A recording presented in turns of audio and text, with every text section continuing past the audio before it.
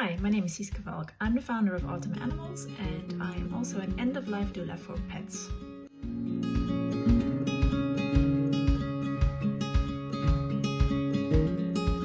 Question number 1. Euthanasia versus natural death.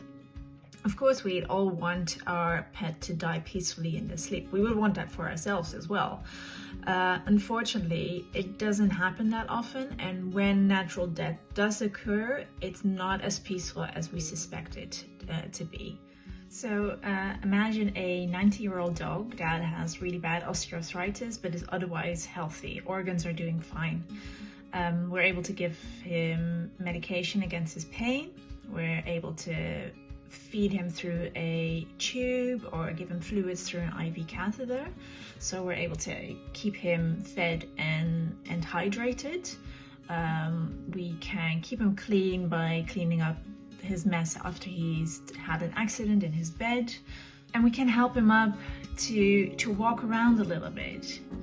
But the thing that makes his life worth living, which is having that nice snack or having a bowl of human food or going out for a nice walk and having a good cuddle with his guardians, he doesn't have any agency to attain those goals anymore. And yeah, that is past having good quality of life. So euthanasia then is really a gentle way of transitioning them from going from life to death before natural death will occur. Question number 2, is euthanasia painful? No, doesn't have to be. It's usually perceived as a very peaceful transition from life to death. The only thing that might create a little bit of discomfort is the procedure where we place an IV catheter into their front paw, which gives us direct access to the vein. But we mitigate that by giving them a pain relief beforehand and anti-anxiety medication, and we numb the skin as well so they don't have to feel the needle go in.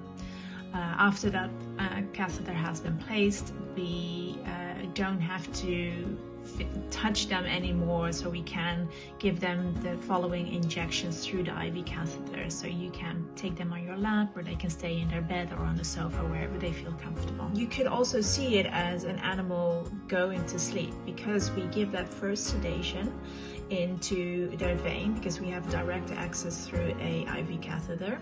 It's kind of comparable to being sedated before surgery. It's the same kind of drugs, and you just gently slip away into this feeling of unconsciousness.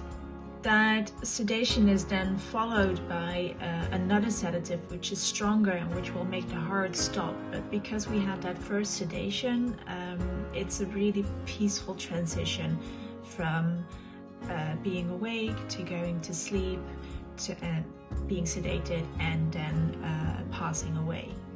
Question number 3. When do I know when the time is right to put my animal to sleep? Some people would say you know when the time is right, but not everybody feels that, and it's quite difficult, especially when you have to make that decision with multiple people in your family. So I would always recommend starting to do a quality of life assessment. We have one available on our website. So if you start doing that quality of life assessment, it will open up a conversation with your relatives and with your primary veterinarian about what is quality of life for your pet. So it's really not a one-size-fits-all for every pet. So I would say do a quality of life assessment and start having the conversation about what makes your pet's life worth living. In general, I would prefer euthanasia to be performed a little bit too soon rather than too late. When you do it too soon, or it feels a little bit too soon, it means that your animal is still finding enjoyment in some parts of life.